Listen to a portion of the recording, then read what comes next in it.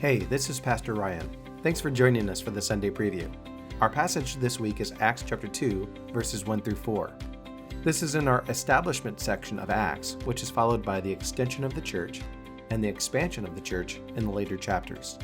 We've seen Jesus depart, Matthias designated as an apostle, and this week we will see the Holy Spirit come upon the disciples. So let's get into the text. We start off with the time indicator, when. The occasion was the day of Pentecost, and it arrived. The way it's worded almost makes it look like a target date.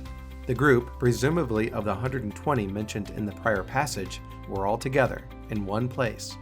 But though it does not give us the location, both of these give us an indication of unity among the disciples. Luke writes, "Suddenly, something came from heaven, a sound," and we get a description.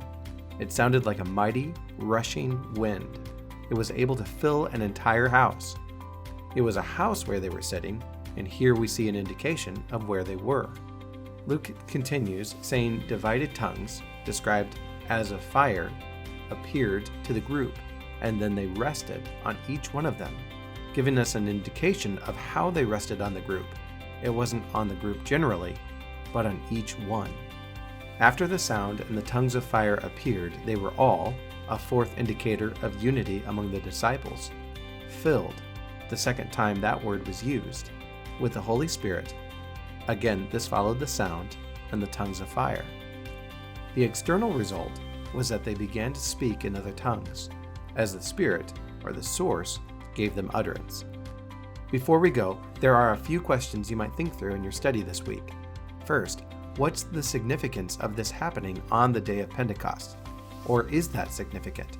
Second, would the event be different if there was no sound? If there weren't tongues of fire? Why or why not? And finally, the sound filled the entire house, but the tongues appeared on each one of them, and they were all filled with the Holy Spirit. Why might that be significant? We're looking forward to our time together on Sunday. God's blessings on your study this week.